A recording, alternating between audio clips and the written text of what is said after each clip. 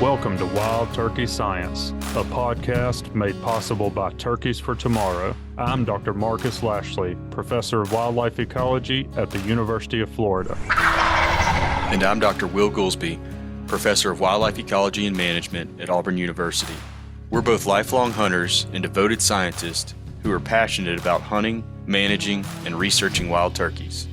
In this podcast, we'll explore turkey research, speak to the experts in the field, and address the difficult questions related to wild turkey ecology and management.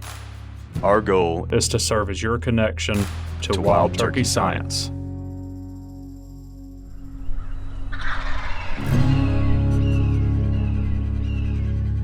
Another thing that comes to mind for me that, I'm thinking through the situations I've been in when working with people and also the questions, I've heard it several times, and it seems like it's more often when people are managing wet areas.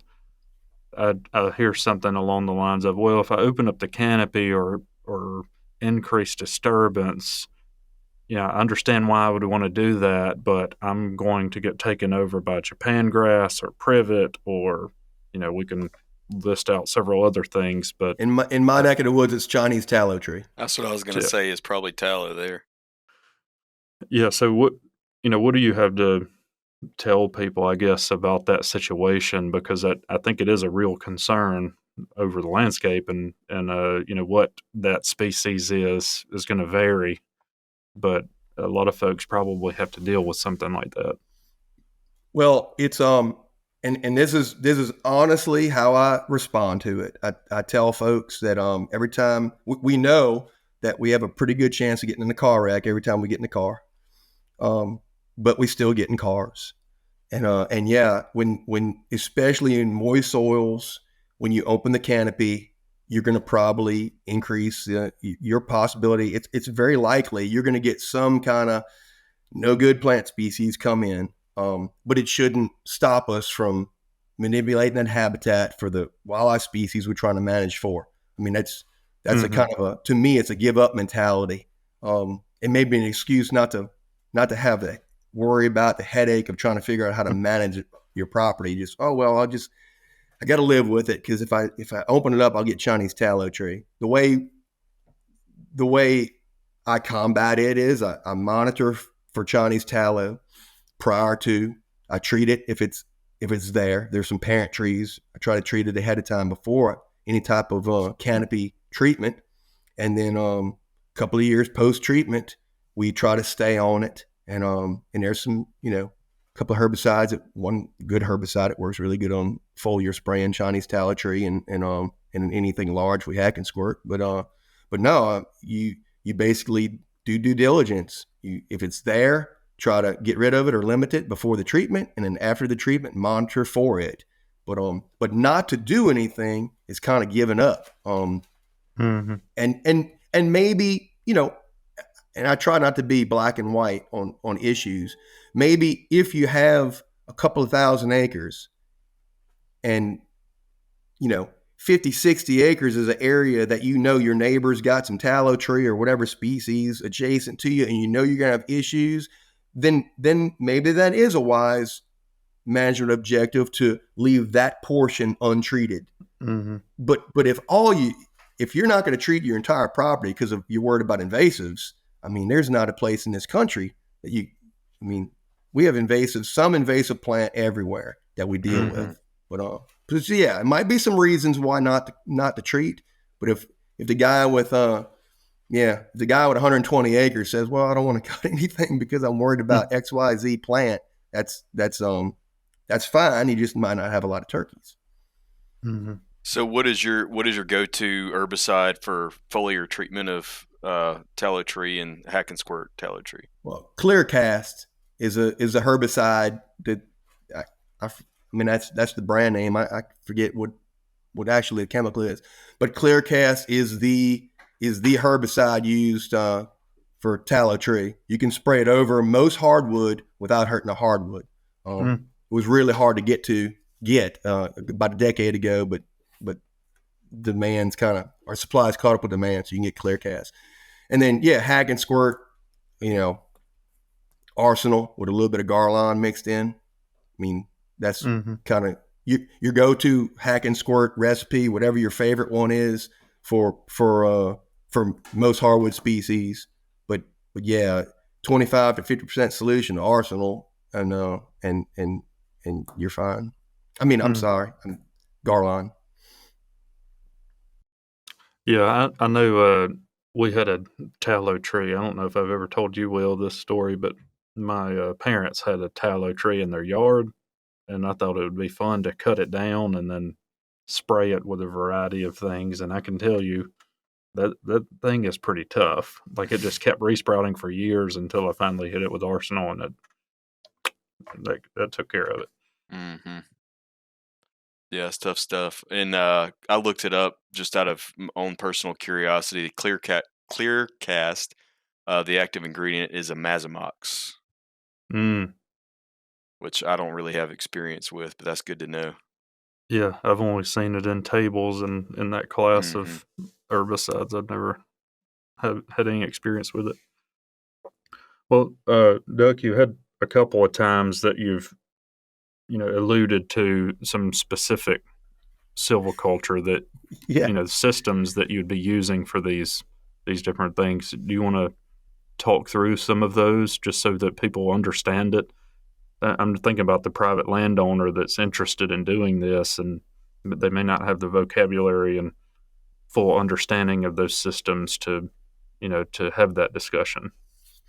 Yeah, absolutely. And you really can't have a discussion about managing bottom of hardwood forest without talking about hardwood silviculture.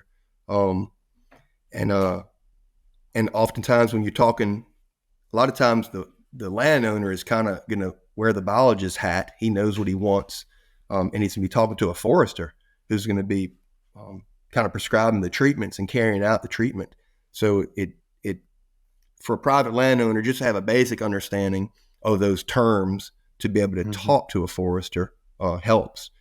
But yeah, so I guess the first one would what a lot of folks understand and know is thinning, right? Just thinning hardwoods, and we call that individual selection.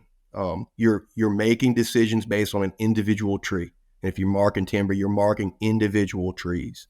You can mark a few of them or a lot of them, it doesn't matter. But if you're marking individual trees and making those decisions, that's individual selection. It's most often used in kind of two ways. If you walk into a stand and it's really good timber quality is just great. Stands Mm. young and vigorous and growing, and it's already made up of multiple species, so it's a pretty diverse bottom of hardwood system. Then but but you need habitat. You look at the ground's kind of clean, not much mid-story. Then that's what you would prescribe. Individual selection. You're going to just thin it. You're just going to crown thin. You're going to remove individual trees and to provide light to reach the forest floor, to provide the habitat you want for wildlife, while freeing up growing space of all those residual trees. Everything you didn't cut now has room to grow, and its Mm-hmm. crowns can spread out. And we could get way in the weeds, but that's kind of the simple approach. And the getting in the weeds part that I'll just touch on is when you start looking at the species composition. So you can tweak the species composition by now, instead of just willy-nilly thinning trees, you can decide to remove, some ash and some elm and some maple and favor oak and hickory. You can do these things if you so desire, and you can start removing trees that are just a quick little forestry school real quick, because I'm going to talk about it. So crowns can have different positions, 4 different positions. A dominant tree, that's a big tree. It's getting sunlight from the top and the sides. It can be a codominant tree, which is just getting direct light from the top and kind of dispersed light from the sides. It can be an intermediate tree. It's just getting kind of dispersed light from the top, and it's very shaded on the sides. And in a suppressed tree, it's getting no direct sunlight. So it's just where these crowns are in the canopy. Dominant, way at the top. Codominant's your next layer intermediate trees, and then suppressed trees. So when you're doing this thinning, you could purposely start choosing suppressed trees. They're not getting much light. If it's an oak and it's suppressed and it's getting no light, it's probably not making any acorns. So if it's not making any acorns, probably, know what other reason is there to hold on to it. It's suppressed. It's not going to have good bowl quality. It's not going to make a saw timber tree. It's not making any acorns. It might have a hollow. You might keep it because it has a hollow. If you, worried about cavity nesters and that kind of thing, but it's a good candidate to cut. Some intermediate trees, get into some of the codominants, and probably not really touch your dominant trees unless you absolutely have to. So all we're talking about is thinning, but now we're starting to add these decision layers. You kind of think about what the species are. Think about where that crown is in the canopy. Understand that if you're just removing suppressed trees, you're not going to put a lot of light on the ground because they're not shading a lot of area. So you really need to get into those intermediates and a lot of those codominant trees. And then also, and that's about as deep as I want to get into it, but just understand you can make these decisions. And then also we use individual selection. When it's if it's very poor quality, you may walk into a stand, it's just pitiful. Poor quality, species diversity is very low. I don't want to say older, but like a more mature stand. It's been picked over through high grade harvests in the past. One of two things you're going to do. You're either going to try to rehabilitate that stand by regenerating it, trying to get some regeneration going, or you're going to clear cut it and artificially regenerate. But we won't talk about that yet. For individual selection, you could just heavily thin a stand like that. So now we're going to remove a lot of trees, and we're going to start leaving purposely the ones we leave. We're going to be thinking about them even more. When you're lightly thinning, you're thinking about the guys you're removing. When you start heavily thinning, you're really more concentrated on the ones you're leaving while taking out the others. And that almost segues us into a whole another technique, which is a shelterwood harvest, which can be thought of like a very heavy thinning. However, shelterwood is actually, forestry definition, it's a regeneration technique, where we're going to regenerate the stand, and we normally have advanced regeneration, and we're going to put a lot of light on the ground, and we're going to leave, say 20 trees per acre. I'm just throwing that out there, but that's kind of a good rule of thumb. 12, 15, 20 trees per acre, and we're going to leave that as that overwood as a shelter for the younger trees we've released to continue to develop. And then at some point we'll come back in and take that overwood off and release that. That's the practical forestry definition, and it leads to even age management, which is, there's nothing right or wrong about that. But what I'm talking about when we're talking about heavily thinning an individual tree selection, I'm thinking more of you're going to thin it heavily, put a lot of light on the ground. Remember, it is low quality hardwood. The stem quality is poor. Species diversity is not that great. So we're gonna thin heavily around our oaks and our hickories and try to get regeneration. We know we're gonna put a lot of light on the ground, so we don't have to worry so much about the elms and the ash because they're probably going to come along anyway. It's a species. It's a pretty good cedar when you give them some light. So we're going to use that technique to thin heavily and then come back, down the road, couple of, 5, 6, 7 years and look at that. Hopefully we have some regeneration that next stand's coming along. And it's not time to do anything yet. We're hoping we see that. If we don't, then it's time to maybe prescribe something else, like liquidate that stand and start over. But in bottomland hardwood systems, we try never to do it that way. But sometimes we have to, depending on what the overstory condition is when we walk in. So that's kind of your individual tree selection, the two extremes, if you will. Then there's group selection, which I talked about in my turkey nesting habitat example earlier in the podcast. But that's when generally, if you're just using group selection, your habitat is in good shape. And your stem quality is probably good. and you're more using it opportunistically to do one of two things: to release hardwood regeneration that's naturally in patches, which oftentimes it is, or is to provide, you're going in there to provide habitat, whether it be nest and cover for wild turkeys, or escape cover and fawning cover for white-tailed deer, or diurnal habitat for woodcock, whatever it might be. You're purposely putting groups. Groups can be, man, as small as a couple of trees to a couple of acres, and it'd be better if it's a little bit of all that. And that's kind of what group selection is. And then our bread and butter, what a lot of wildlife practitioners that practice forest management, we do a combination of individual tree selection and group selection at the same time. That's oftentimes what we do. So we enter that stand and we're thinning along, and then we find a patch of good hardwood regeneration. Let's say it's it's Nuttall regen, just beautiful Nuttall regen. That's 6-8 foot tall and 2 inches in diameter, and you're going to start to lose it because it's a little bit, again, flat top, and there's a little bit too much shade on them.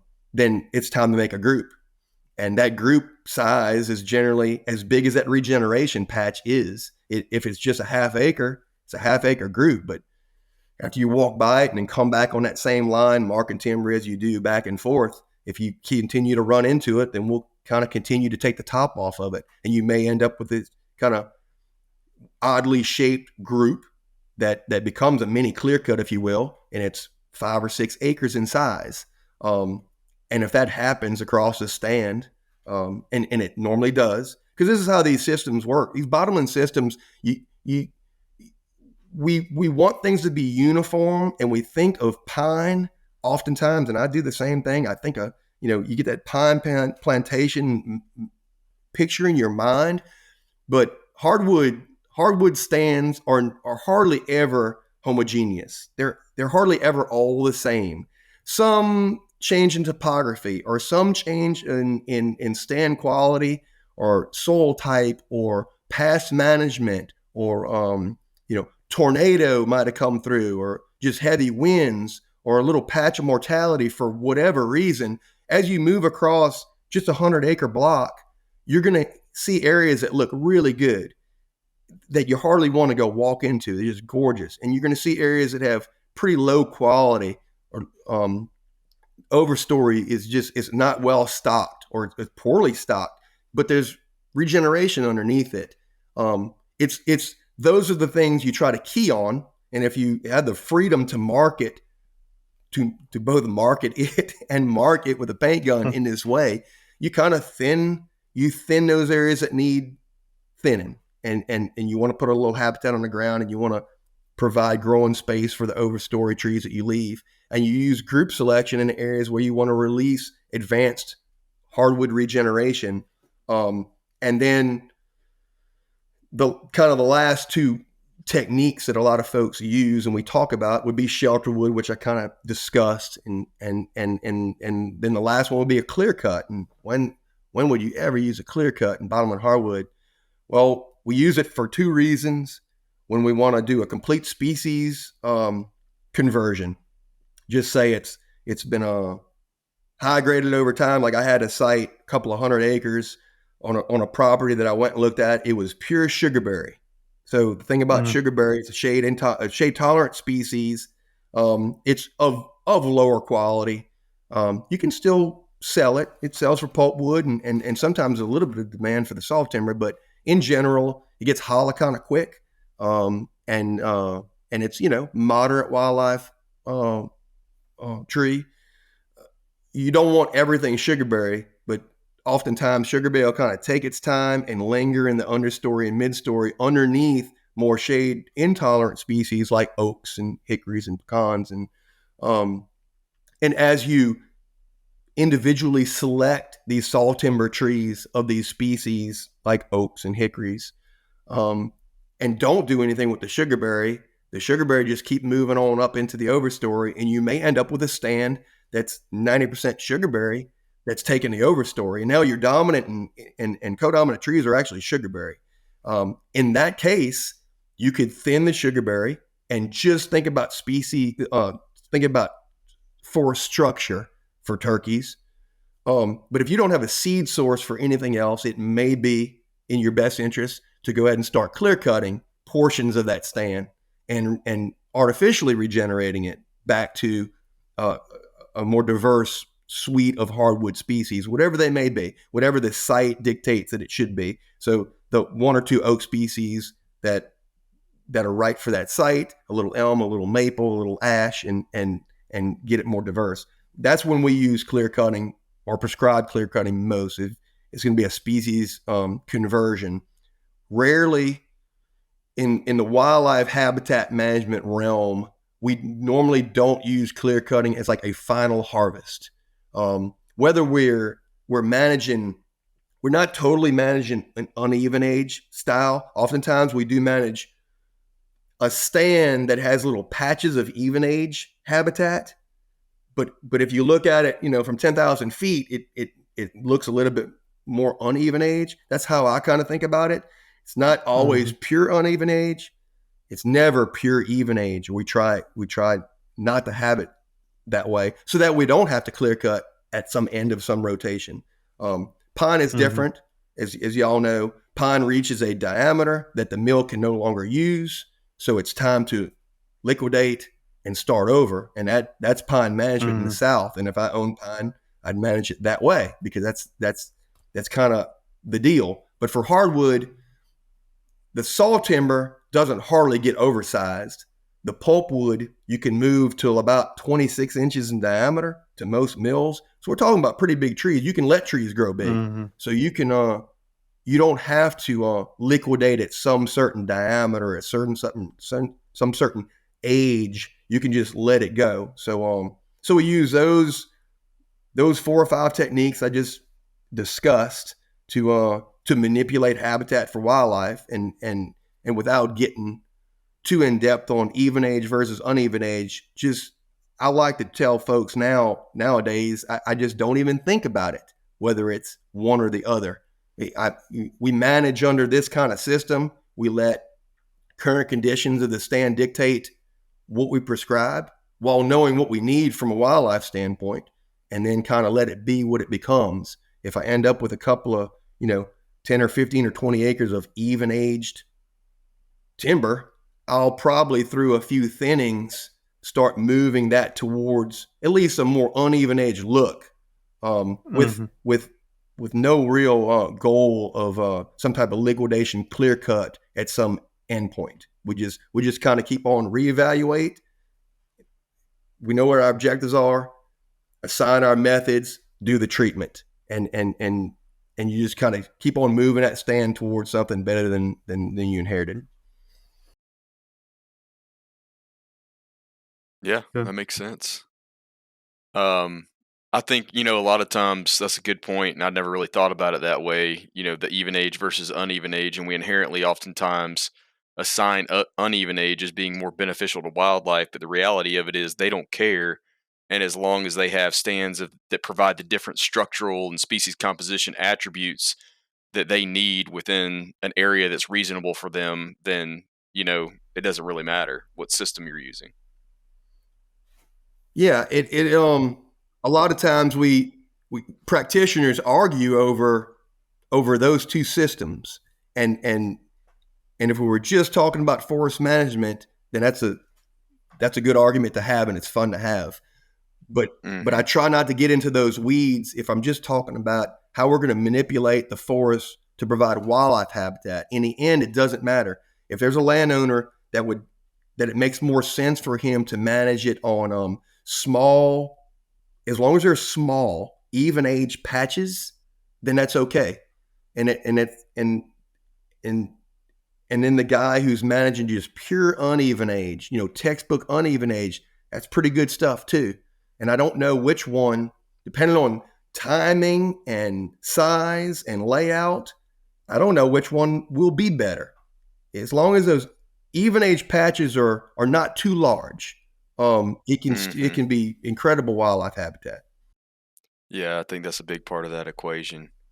One of the other things that I really wanted to ask is because I feel like a lot of times it's useful, obviously, for landowners and managers to hear about these different techniques and to go into detail on how to implement them as we've done so far.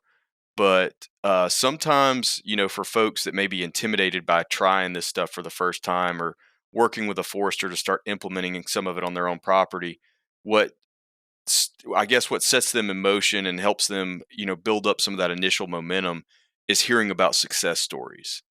And I wondered, you've been, practicing, wildlife centric forestry for, 25 years or more in Louisiana. And can you tell us a little bit about maybe a couple examples, or if there's like one crown jewel, site that you've seen just an amazing turkey response on following some of the implementation of some of these techniques? Yeah. The one that comes to mind just initially, um, it we actually caught 5 high waters in 7 years, so we lost our whole turkey flock. But I guess it's worthy of talking about because so it was a large riverfront, not very right on the river, but along the adjacent to the Mississippi River, and I'm I point that out because the very riverfront properties on the Mississippi River oftentimes are high, and they actually have some high spots that turkeys can get out of the floodwaters. But when you get to the first bottom, which is not too far off the river, that's where this property was. So it didn't have a lot of topography, kind of flat. Um, it was a mostly closed canopy system, very park-like, dark forest. It was just big, beautiful. It was an overcut water hickory stand. So for y'all that understand it, that's kind of on the lower side of things. But you can have turkeys there. You just need to get Mother Nature to cooperate a little bit. And when you get turkeys in areas like that, it seems like their production is just off the chart when they get going. And that stand had was actually an area that was restocked in the 80s, late 70s and 80s, and then we started doing. I say handful of treatments were implemented prior to my arrival, but all through the late 90s, early 2000s, we were treating a lot of that property with this type of treatment, and the habitat was was such now that you wouldn't recognize it, right? Just deer browse everywhere and escape cover and the habitat was great for turkeys. We didn't have turkeys yet, and then the river cooperated. There was a little remnant flock, and adjacent properties had a few turkeys, and there was somewhere for them to be as long as Mother Nature dealt you a decent hand. And then we went through in the early 2000s. We went through, what people would consider a drought. It got really dry from 99, 2000 to about 2007 or 8. And the turkeys just took off. Of course, the habitat was there ready, waiting for them. The dinner table was set. And the habitat's still in really good shape. Of course, a lot of folks that live along the river understand that here about the last 12 years, we've been had the opposite effect, and the river's been up every spring. And like I said, we went 5 of 7 years where we had a foot or 2 foot of water on the property, and now the turkeys are gone. So, I mean, it's one of those deals. When you're dealing with turkeys, unlike dealing with deer are a lot easier to fool with. If you provide the habitat, you get a predictable response.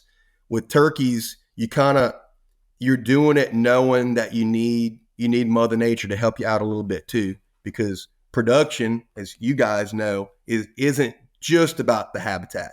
You need to have the habitat, but then you also need weather patterns and to kind of help you out a little bit too when you're fooling with turkeys in flood prone areas. And that's where I do most of my management is in flood prone areas. But aside from turkeys, and this is going back just because of my because I work for a state agency.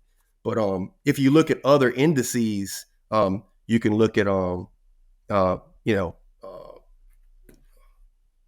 doe to fawn numbers and average deer weights and those kind of things on our properties that we do, more of this style of management versus less of this management. And sometimes it just has to do with the condition of that forest at any one time.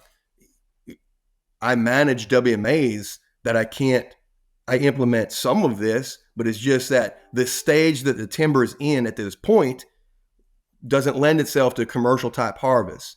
And oftentimes at the scale at which we're managing, I really can't spend $150 to $200 an acre to do a treatment.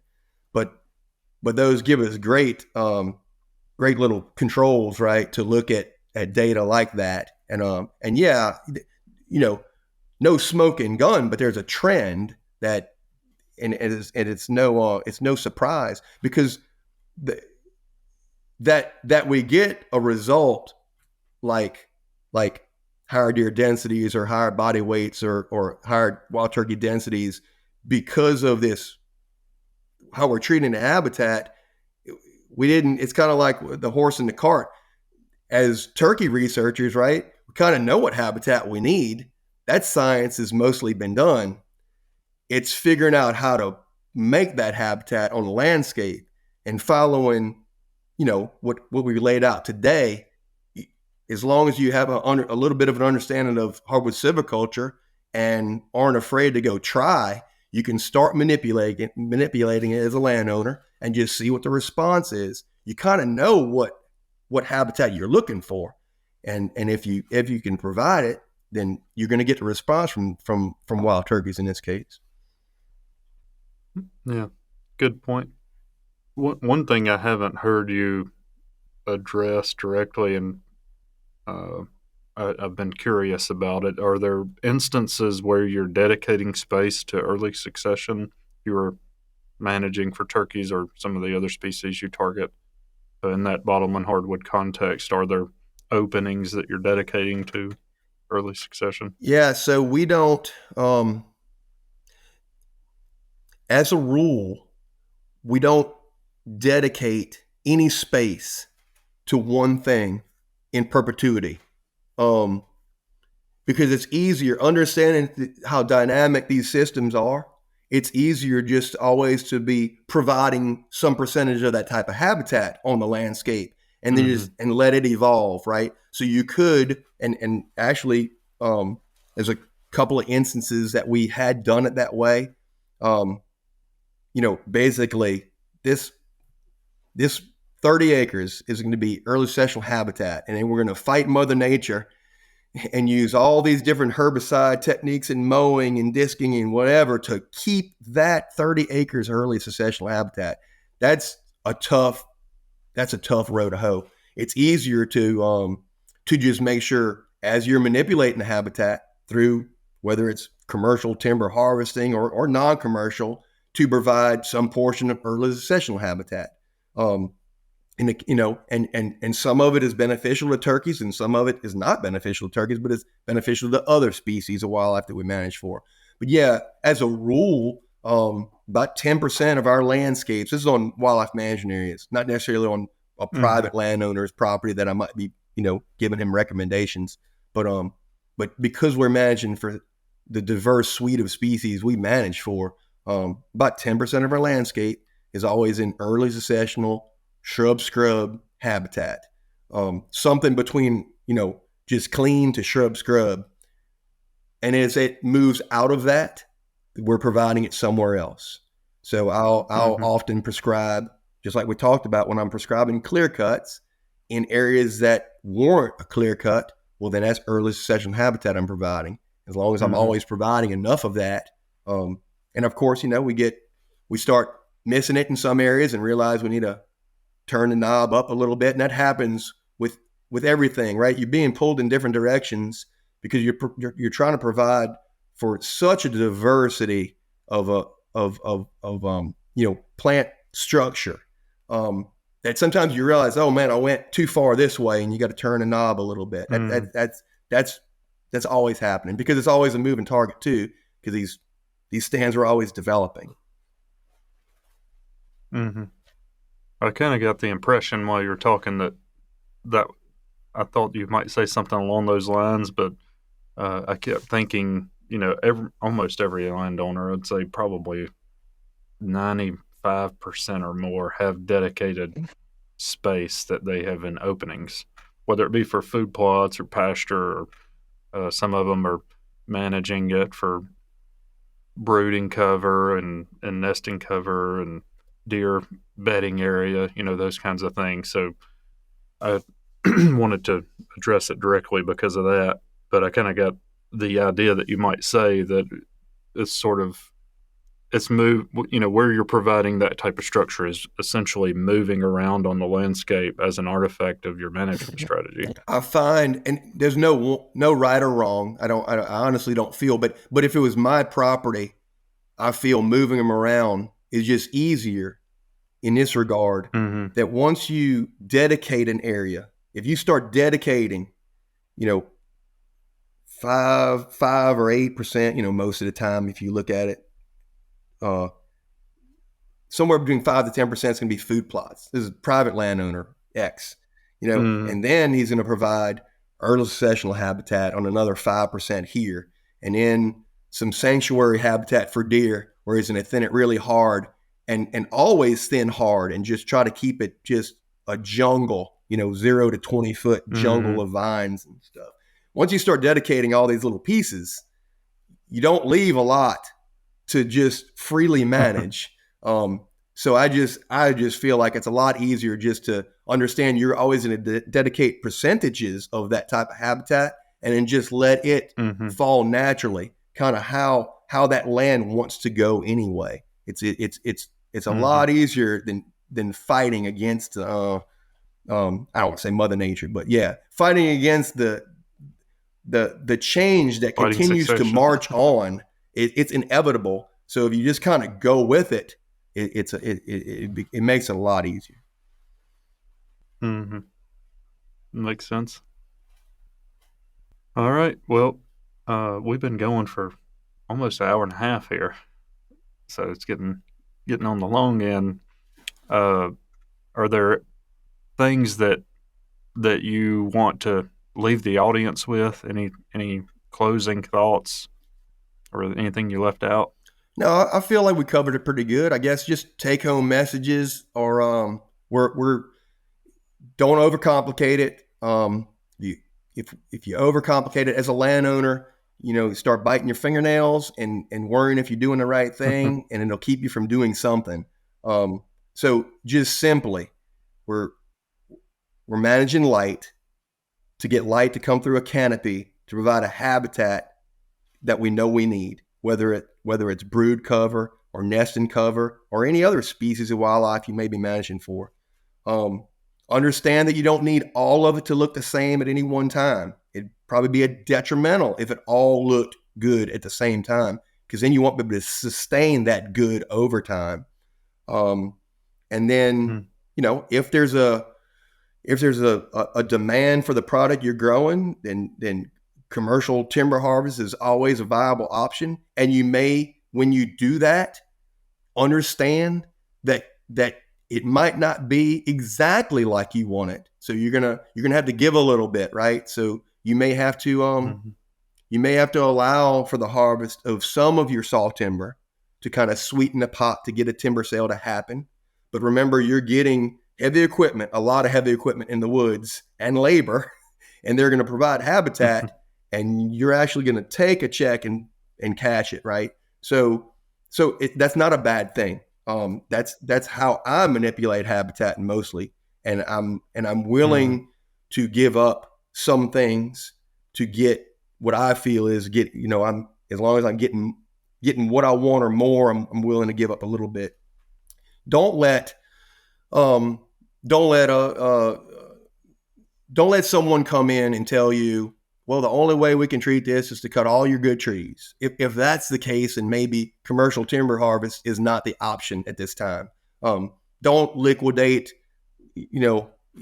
everything, all your good saw timber trees just to get light on the ground. Maybe at that point it's time to go a different route. And use herbicide or use mechanical manipulation at a cost. So that's it. Don't be afraid to try something, and if at least start trying it at a small scale, and look at the results you get, and then you can kind of tweak and change your how you manage moving forward. That's it. That's kind of the take homes. It's nothing to be. It's easy to get intimidated. But if what I always say, these birds, wild turkeys, right? The habitat they need, much like all the other species we manage for in a forest system, need disturbance. And in the natural world, that disturbance comes from hurricanes and tornadoes and drought that just kills, large portions of trees, and bug infestations. I mean, it comes willy-nilly with no direction.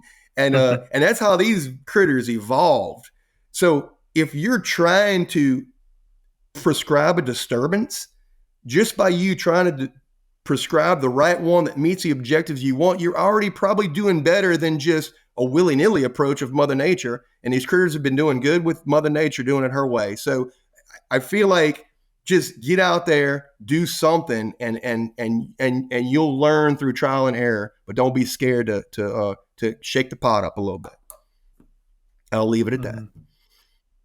I think that's great advice. I mean, I've taken, speaking as someone who, you mentioned don't be intimidated by it, but I have been intimidated by questions related to bottomland hardwood management in the past. But after having this conversation with you today, I feel like one of the things that I've taken away from it is that it's not that dissimilar from a lot of the upland hardwood or pine system management. The way of thinking or the steps that we go through to try to implement a treatment, how we consider the landscape composition, and then at the stand level where we're making decisions about sunlight and species composition, is regeneration a factor here, or invasive is going to be a problem?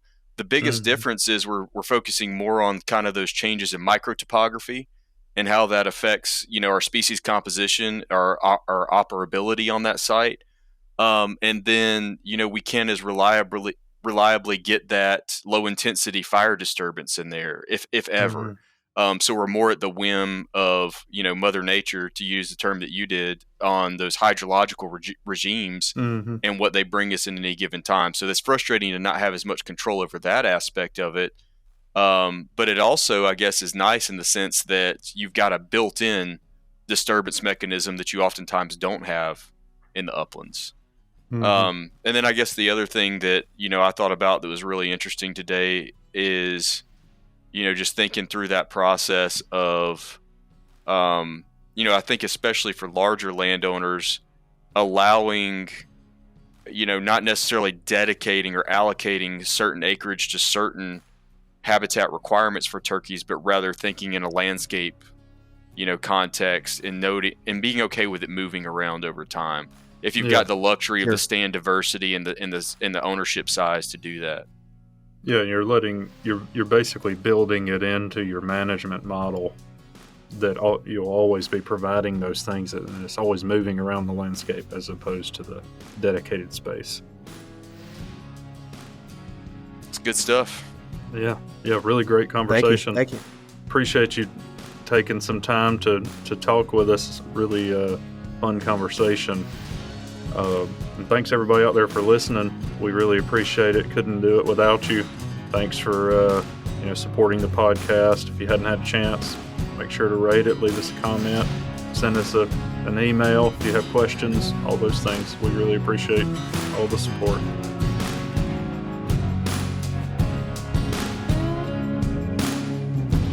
Wild Turkey Science is part of the Natural Resources University podcast network and is made possible by Turkeys for Tomorrow, a grassroots organization dedicated to the wild turkey. To learn more about TFT, check out turkeysfortomorrow.org.